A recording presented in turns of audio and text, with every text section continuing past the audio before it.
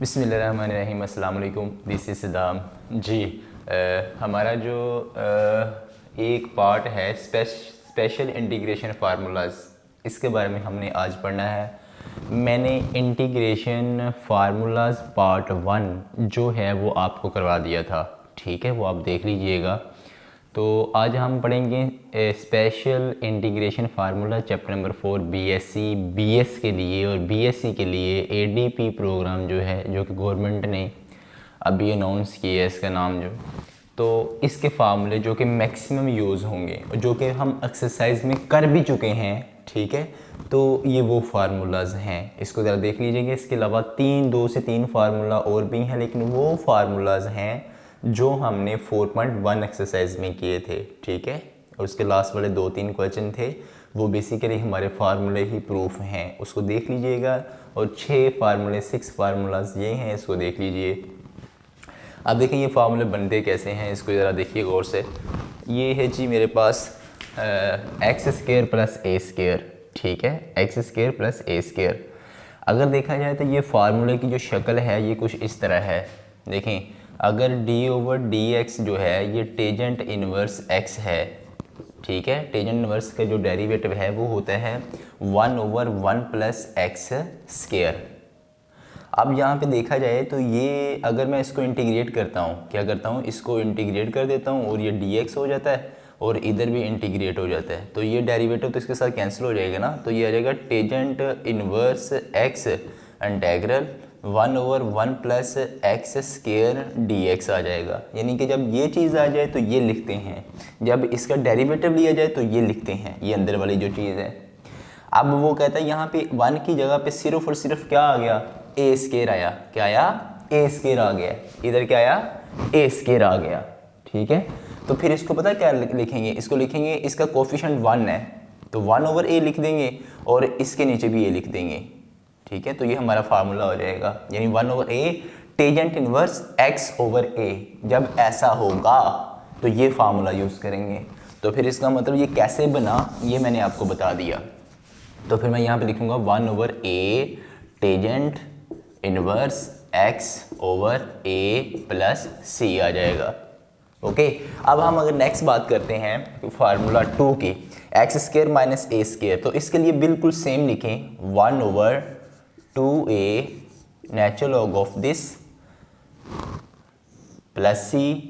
फिर सेम नीचे भी लिखें 2a natural log of this plus c। दोनों के लिए मैंने ये सेम चीज़ें लिखनी।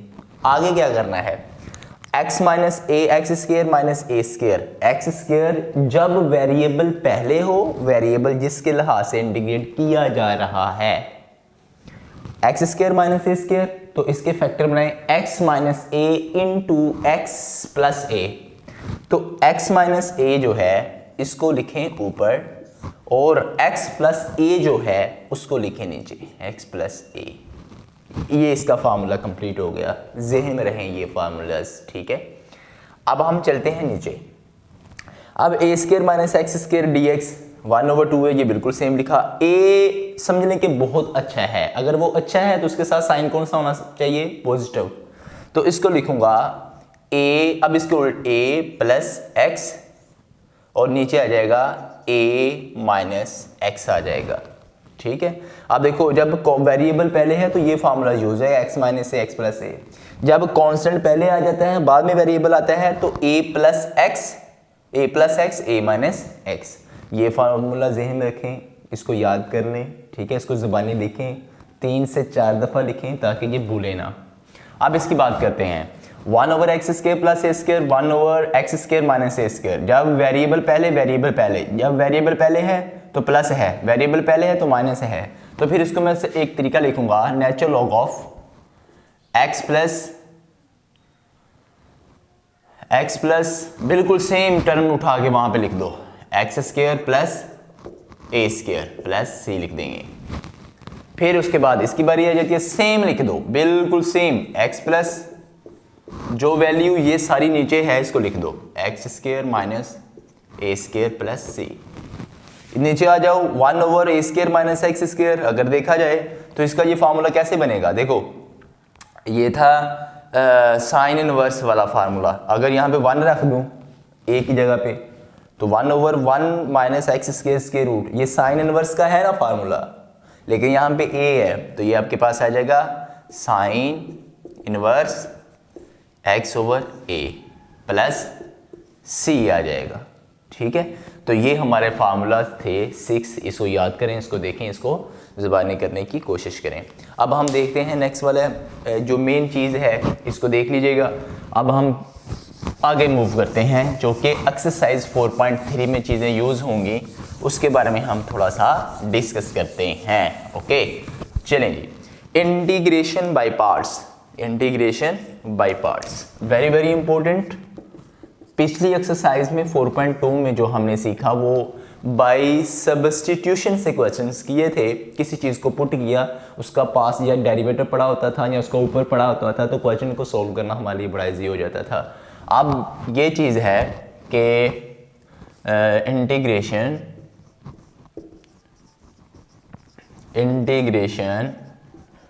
बाय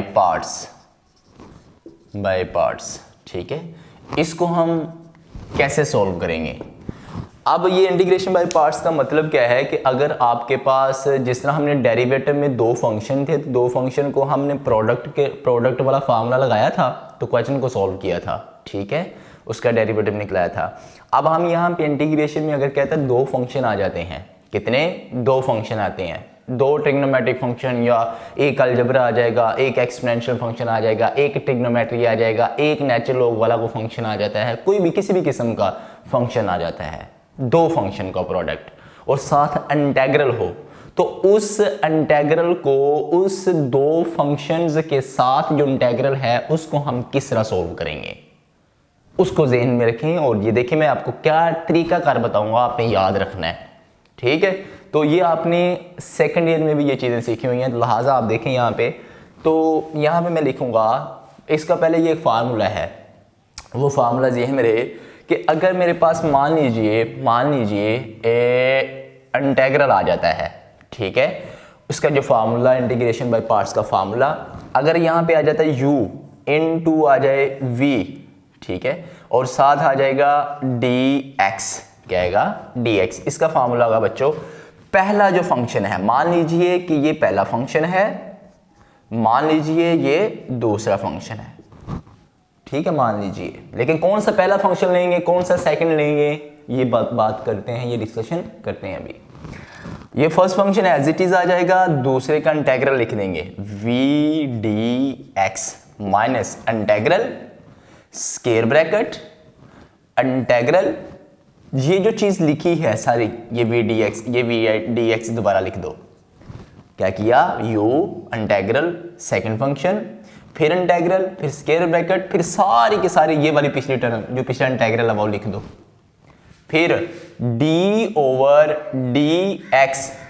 फिर फर्स्ट वाले का डेरिवेटिव, u का फर्स्ट वाले का डेरिवेटिव, फिर इसको कर दो बंद, इसको क्या कर दो, बंद कर दो, साथ बाहर लिख दो dx। क्या किया मैंने, देखो जरा, फर्स्ट फंक्शन को मैंने एज इट इज लिख दिया, दूसरे का इंटेग्रल ले लिया, फिर मैंने इंटेग्रल लगाकर स्क्वायर ब्रैकेट लगाकर फिर ये सारे के सारा पीछे वाला फंक्शन लिख दिया, ये वाला यहाँ पे पेस्ट कर दिया, फिर जो बचा था पहला उसका डेरिवेटिव ले लिया, और ब्रैकेट्स के ब्रैकेट को जब स्टार्ट में लिखा था तो बाद में भी तो उसको बंद करना पड़ेगा ना, ये बंद कर दिया, साथ dx आ गया। ये वाला जो dx है ये इसका इंटेग्रल का dx है। ओके, क्वेश्चन सॉल्व हो गया, क्वेश्चन सॉल्व हो जाएगा।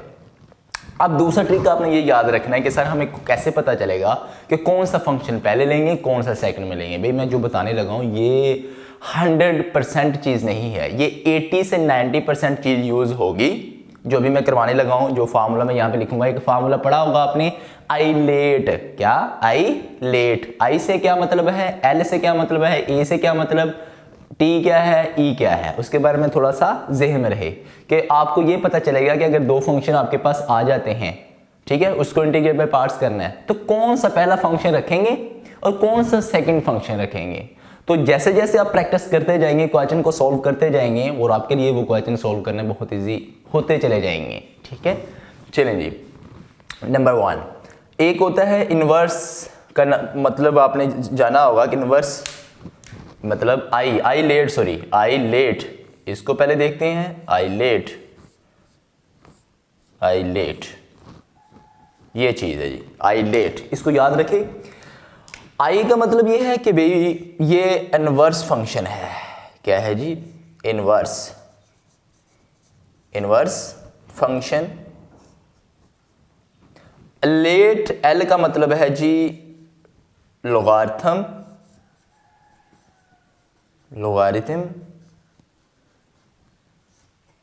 फंक्शन। ए का मतलब है जी अलजेब्राइक,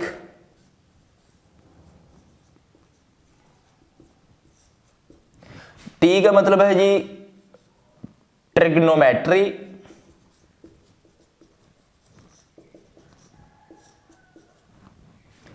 फंक्शन। ई का मतलब है जी एक्सपोनेंशियल फंक्शन। ये आपके पास ये कुछ चीजें हैं आई इनवर्स ले। अब कोई दो फंक्शन आ जाएं तो वो दो फंक्शन इसमें से होंगे, लेकिन पहला फंक्शन कौन सा लेना है इसकी एग्जांपल दे देता हूं। अब वो एग्जांपल कैसे दूंगा मैं, ये चेक कर लीजिएगा। वो कुछ एग्जांपल ऐसे होंगी, देखो। अब एग्जांपल कुछ ऐसे हैं कि अगर मैं मान लीजिए कोई फंक्शन है जी, एक आ जाता है x, एक आ जाता है sin x, ये अलजेब्राइक है, ये ट्रिग्नोमेट्रिक फंक्शन है। कैसे पता चलेगा हम कौन सा फंक्शन पहले लेंगे और कौन सा बाद में लेंगे? चेक करो। पहला आपके पास अलजेब्रा है, दूसरा आपके पास क्या है? ट्रिग्नोमेट्री है। तो यहां पे देखना पड़ेगा पहले कौन सा फंक्शन आ रहा है, पहले कौन सा आ रहा है। आई इनवर्स नहीं है, लोगारिथम यहां पे नहीं है, अलजेब्राइक है, ठीक है। तो इसका मतलब पहले ए आ रहा है, अलजेब्राइक फंक्शन आ रहा है, जो कि अलजेब्राइक फंक्शन क्या है? एक्स। तो फिर पहला फंक्शन कौन सा होगा? ये वाला एक्स। और दूसरे के बाद ट्रिग्नोमेट्री ए के बाद आता है, तो फिर यहां पे ये क्या होगा? ये वाला सेकेंड फंक्शन होगा। तो जब मैं इसको सॉल्व करूंगा बच्चों, ठीक है, ये हमारे पास क्या थी? कोई एग्जाम्पल।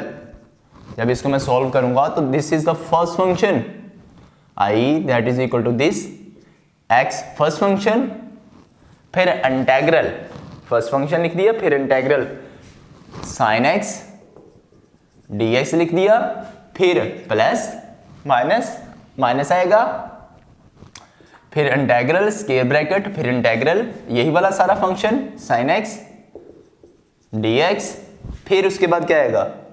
फिर उसके बाद d over dx into first वाले का डेरिवेटिव, इसको कर दो बंद, साथ लिख दो dx। इसको सॉल्व करो, बहुत इजी है। x साइन का इंटीग्रल क्या होगा? Minus cos x minus integral minus cos x है तो माइनस कोस x आ जाएगा, ठीक है। उसके बाद x का derivative with respect to x 1, क्या होगा? 1, साथ क्या आएगा? dx। सॉल्व करें, minus x cos x minus minus plus integral cos x dx। Cos का इंटीग्रल क्या होगा बच्चों? Cos x plus cos x का इंटीग्रल साइन x, क्या होगा? Sine x plus c। ये आपका आंसर आ गया जी, क्वेश्चन हो गया कंप्लीट, ठीक है।